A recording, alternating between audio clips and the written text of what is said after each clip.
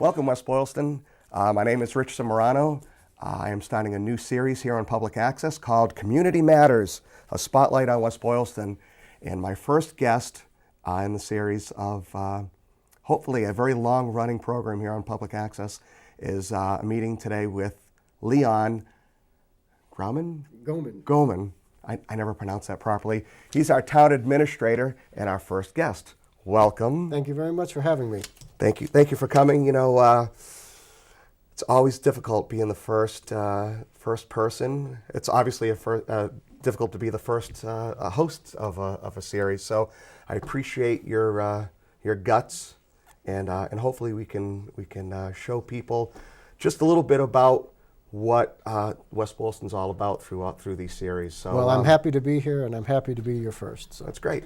So where are you from? Where were you born? What's your early beginning years? We want to kind of get to know you as a person, obviously. Sure. So I was born in Fairfield, California. I was a military brat. My father was in the Air Force. And I spent a very short time in California before moving with my family back to Springfield, Massachusetts, where both of my mother and father were living. So I grew up in Springfield, went through the Catholic school system. I was a survivor of the Catholic school system, both in elementary school and in high school. And that's where I kind of had my roots and grew up living in the city of Springfield. Was your dad a lifelong, was he in the Army? Is that? No, he was in the Air Force, and he wasn't a lifer. He did his tour of duty and fortunately escaped any harm and ended up coming back home. So. Yeah. That's great. Did he have a career then after the military? Yeah, I mean, my parents were very simple people. You know, my father was a truck driver and a bus driver, and my mother has been a school bus driver in Springfield for probably, I'm going to say about 30 years now. Goodness. Probably. Is she still driving? Yeah, she still does. Wow. Yeah. That's a thankless job, my goodness. It certainly is. Yeah. I know my children, and I wouldn't.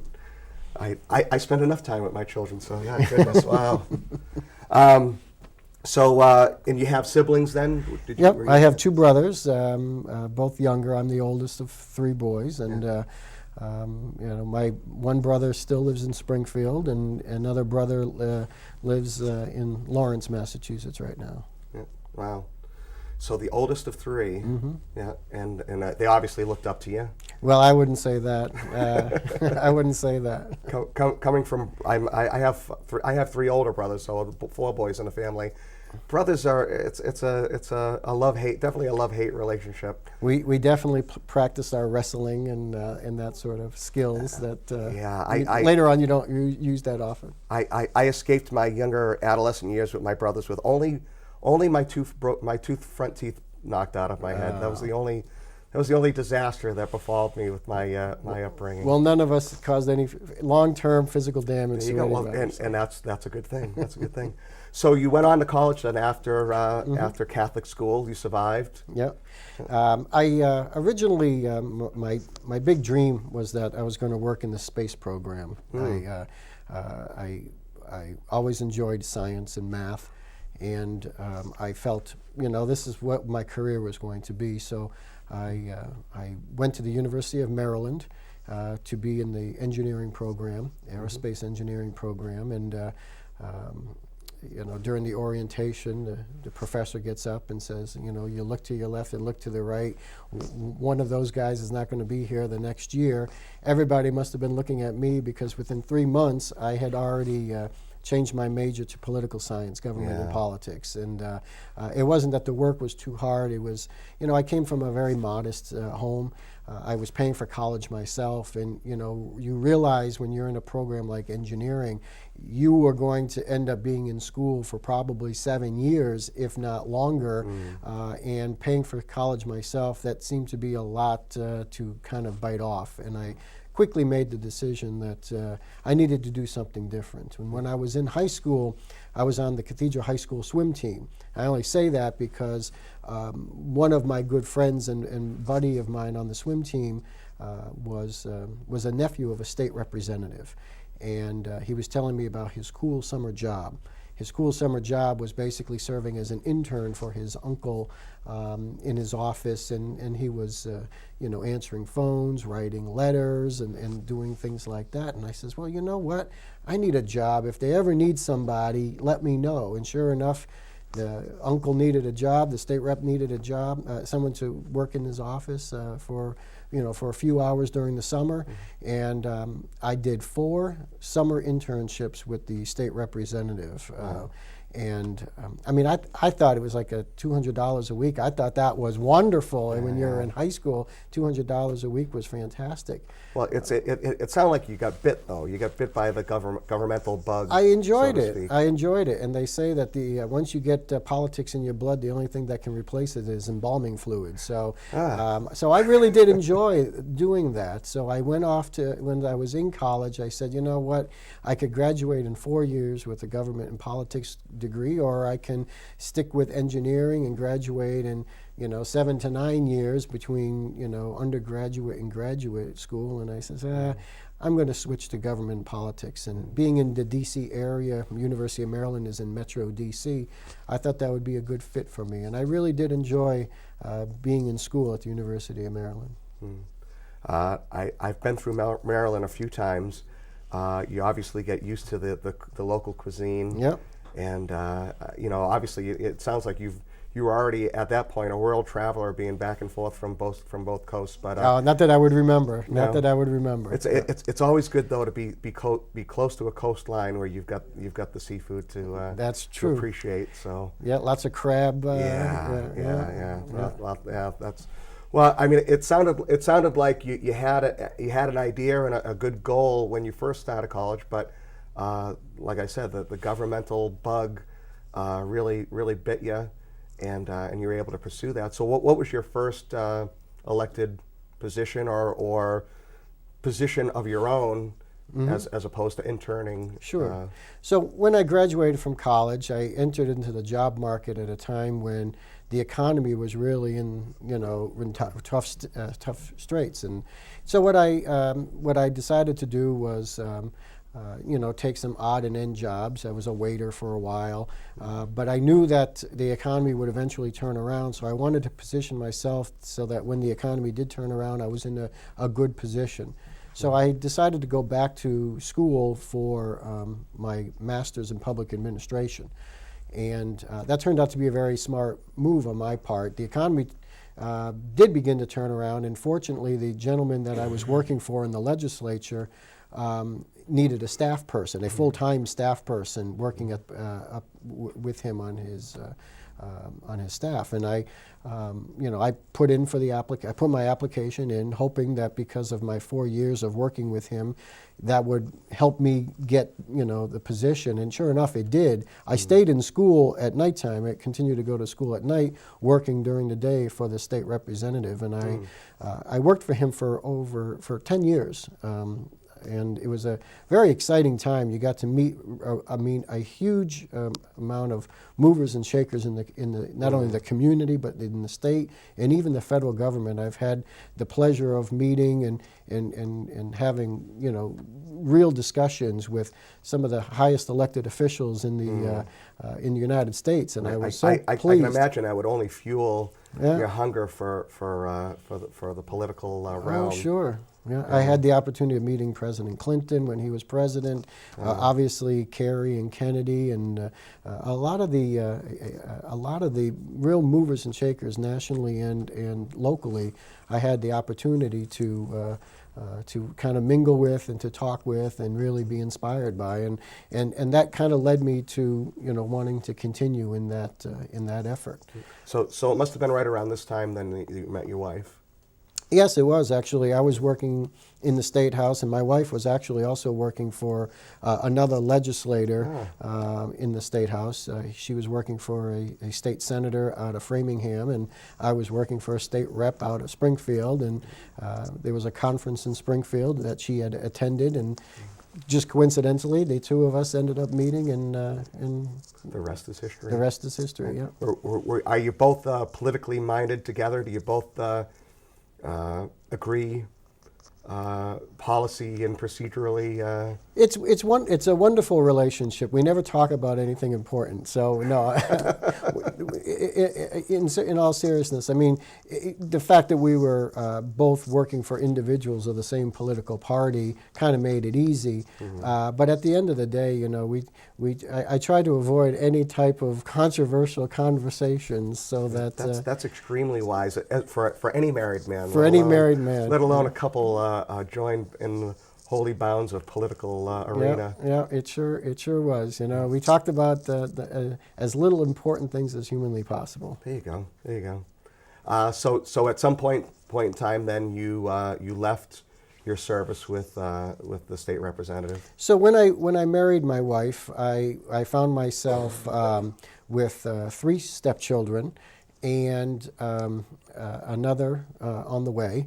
And I realized that working in the legislature is certainly a labor of love, but not necessarily one that you will be able to support a growing family. So I knew I needed to put my master's in public administration to good use.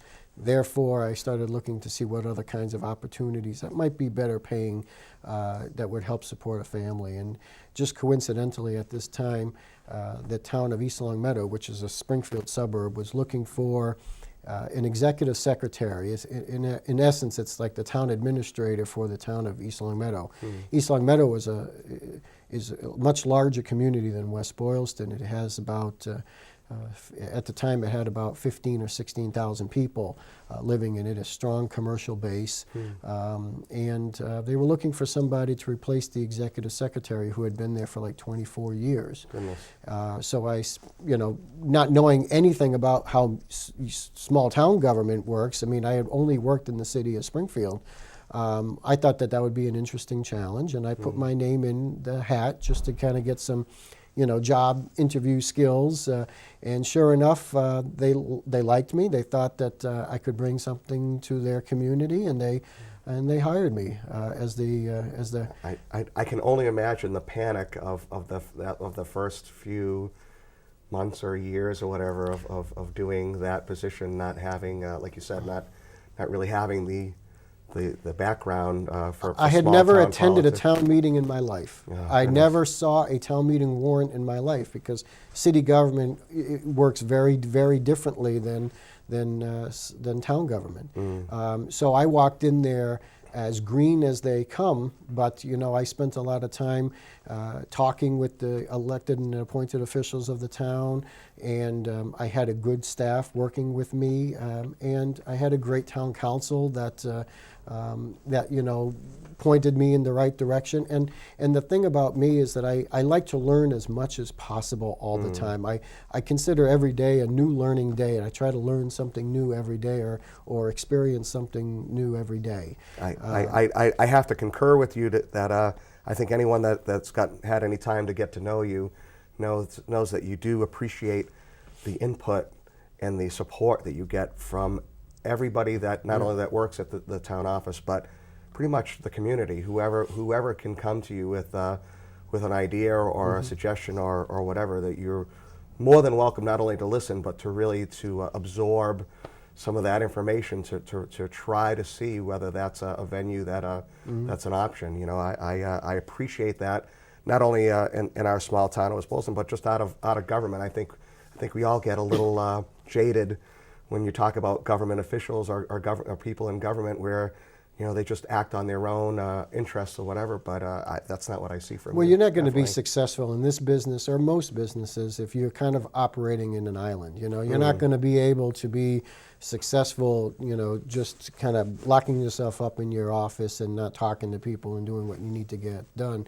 I try to learn from best practices from other people who have done this longer and with more success than I have in my career. And between my independent stuff and working with groups like the Mass Managers Association, I've had the opportunity to learn from the best and get some best practices. And people have learned from me over the years as well. Yeah. So I think it's been a good symbiotic relationship. So how long were you then out at as administrator in East Longmeadow? In East Longmeadow. Well, I was there for about 2.5 years. I really did enjoy the community. They were talking about a charter change, and because they were not sure what form of government they wanted to be with. And they were going through a formal charter change process even before I started working there. And there was talk that there was a segment in the community that was looking to have a strong mayor form of government. There were others that were looking for a strong town administrator or manager form of government. And, I was getting a little nervous because, now that I have 5 mouths to feed, four mouths to feed, that, I needed to make sure that I was doing the right thing by my family. And it just so happened at that time there were a number of communities, I think probably a dozen communities in Massachusetts, that just happened to have be looking for town administrators or town managers all at the same time. And I thought this might be a time where I can put my name out there to other communities, just to make sure that I'm protecting my family and protecting myself. And I was a finalist in probably a half a dozen communities, all with the same people, all at the same time. With it was kind of like a casting call for the same part in a movie. It is exactly right. And I went. I came to West Boylston. I was one of their finalists, and I remember during the interview, the Board of Selectmen, one of the selectmen asked me if I knew anybody in town, if I was related to anybody in town or anything like that. And I said, to be honest with you, selectmen, before I came to the town of West Boylston, I never heard of the town of West Boylston before. And apparently that was the answer that they really wanted. They wanted somebody from outside. They wanted somebody who, was going to be able to bring fresh eyes and a fresh vision for the community. And they offered me the job. And I've been here now for 7 years. Wow, yeah. 7 years. Which is kind of weird because it's certainly longer than what the average tenure of a town administrator or town manager is within a community. Usually, if you're getting to 5 years, you've done pretty well for yourself, and I've now exceeded that by a few years, and my contract expires in another year and a half, so I still have probably another year and a half at least another year and a half working for West Boylston, and I've really enjoyed my time here. I think that the people that work in this town, are good public servants, and I appreciate that, and I've had a very good rapport with the citizens as well. I think the citizens in this community care very deeply about their government. They care very deeply about the services that are provided, and they're tough, but they're fair and firm, and I really enjoy working in West Boylston. Now I didn't want to get too deep into it because I try to do a little research about the difference between a strong mayor government and a town administrative government, and I personally, even though I consider myself a learned person and I do try to teach myself things that I don't know, I was confused about what the difference is between a strong mayor and town administrative person form of government. Those seem to be the two main forms of at least small town government. Let me explain. In Massachusetts, you have many different forms of government, and no two towns are alike in the way that they're governed. You have strong mayor form of government, such as like a Boston or a Springfield, where the mayor really is the chief executive officer of the town or of the city. The city council serves as the legislative branch for the community. Other forms of government would be like a weak mayor form of government. Worcester is an example of that, where the mayor is essentially a counselor, exalted counselor, and they have a city manager in the city of Worcester. So the city manager is sort of a chief executive for the community.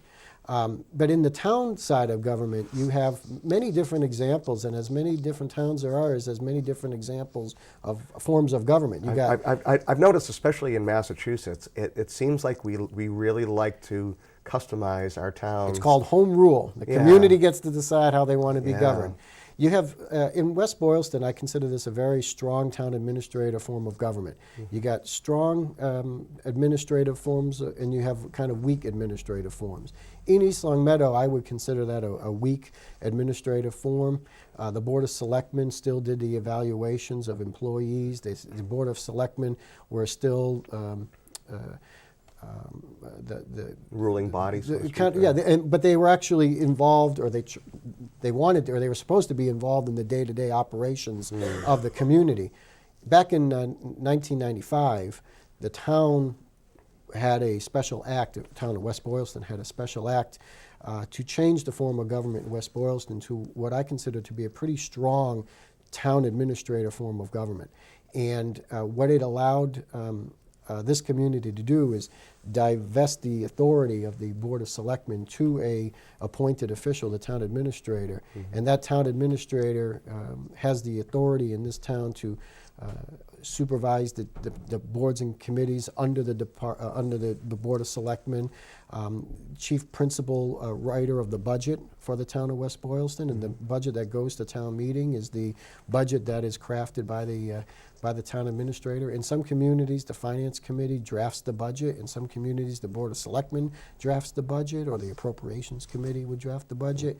And in West Boylston, what they've tried to do is really build a strong form of government and a strong leadership position in the town to kind of direct these things on a day-to-day basis. So would you say that that's one of your main functions as the town administrator, budget-wise, or Oh, sure. that kind of?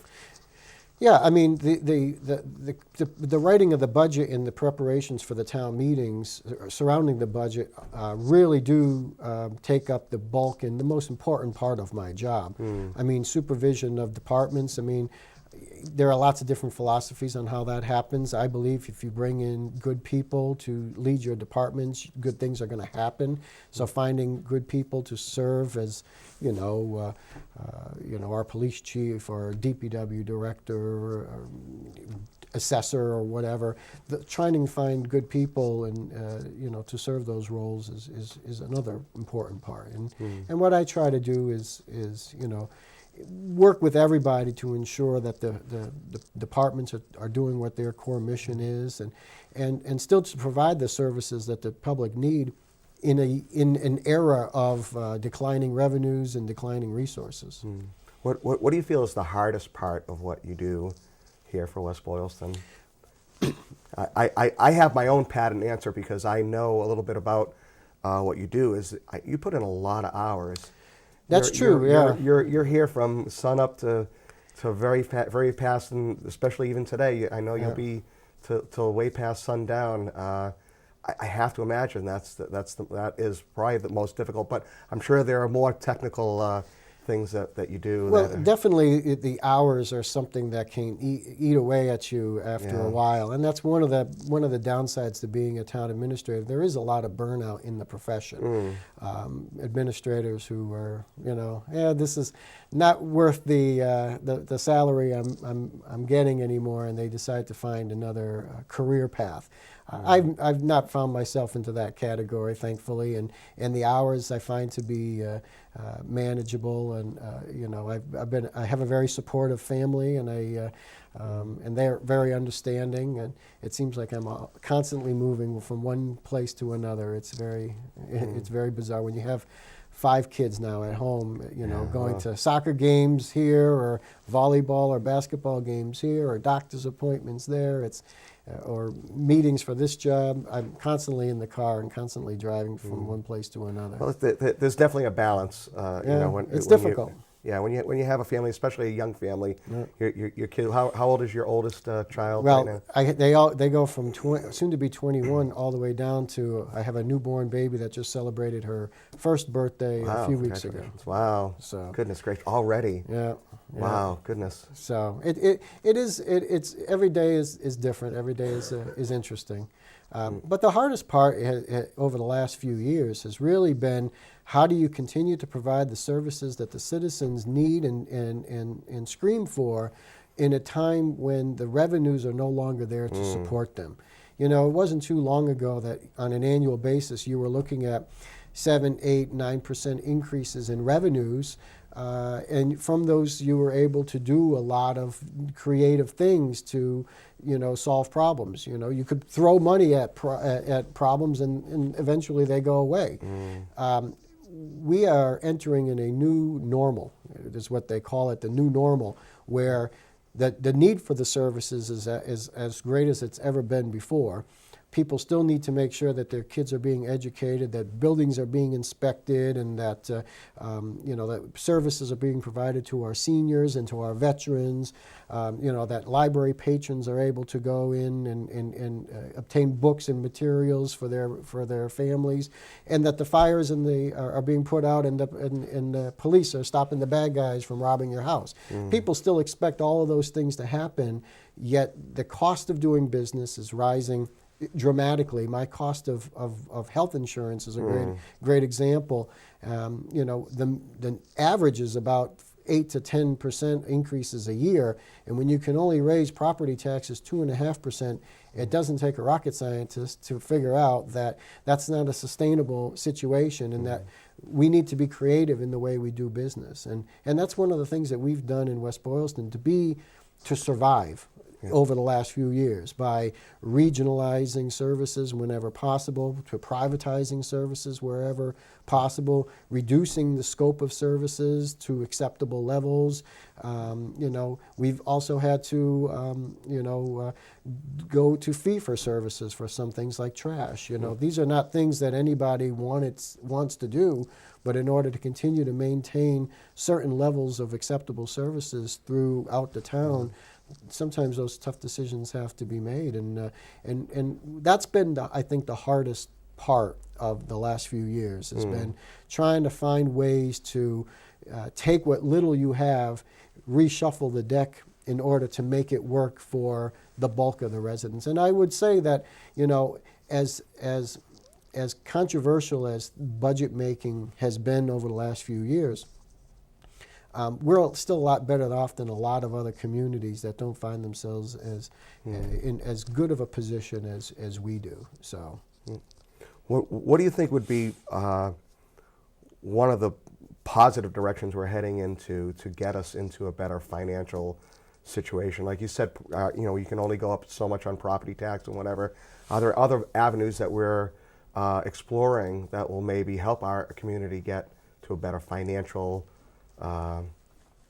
well, it's tough because revenues that come into the town only come from a small area. I haven't figured out a way to print money in the basement yet, or at least not legally. So you are kind of limited into pretty much 4 separate categories on where you can make money. You either have to do property tax increases, which we haven't done like a Proposition 2.5 override. We've never done that in my tenure here. We've done for certain projects, like buying a piece of equipment or fixing a building or something like that. But those are temporary things that once it's paid off, those debt comes off the books. So we haven't been looking at property tax increases. The other would be like local receipts. Those are the fees that people charge in order to do business with the town, like building inspector fees or fines or penalties or things like that. And we've been trying to be cautious that we don't want to hit the citizens too much for in these tough economic times, because the middle class of this country is suffering greatly, and we don't want to see them finding it hard to do business in the town of West Boylston. The other opportunities are things like increased local aid.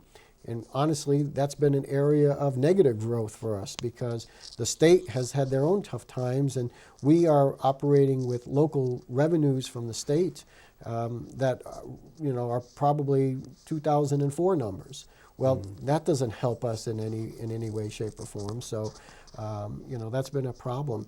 And then we've done other things like, find other ways to supplement our income. Grants wherever possible. Although those opportunities have dried up in tough economic times. We operate an ambulance service, which is sort of like a money-making enterprise for the town. So fortunately, that has been somewhat helpful in keeping us afloat. But basically, what we've been doing doing is reducing expenses and finding out different ways of providing services without having to dramatically increase revenues. So do you see a light at the end of the tunnel then? Well, I'm hopeful that the economy is starting to turn around, and I've already seen some evidences of new business growth in West Boylston that is hopefully an indication that brighter days are ahead. And hopefully, with the economy does turn around and we can see at least some marginal growth in our local receipts as well as our local aid, maybe we'll be able to start to see some expansion of our budgets and maybe getting back to where we were when I first started here at the beginnings of the economic downturn. Well, you mentioned you have about a year and a half left on your contract. I think so. Yeah, I think so. Yeah. Do we have aspirations of sticking around our community? Yeah, certainly. Oh, that's good. Yeah, as long as the community is willing to have me, I'm willing to continue to serve. As I said, and I've been sincere about this, I really do enjoy coming into work and working with the people of this town. The people of this town have treated me very well, and I try to every day. I try to return the favor to them. So, yeah. Well, it shows. If any of the people watching or would like to get to know you, I suggest that they do serve on a committee, get involved in community services. You've been an inspiration to me in the time that I've known you, and the fortitude that you have, and the determination you have, and especially the know-how of what you do. You've come a long way since your early days in East Longmeadow, fully, and I recognize it, and I appreciate you as not only as a town administrator, but as a friend. Oh, well, thank you very much for saying so. I appreciate that. Thank you for coming. Yeah. Well, that's it. I want to thank you all for watching our first program, and hopefully we'll see you next time. I'm Rich Sombrano. Thanks.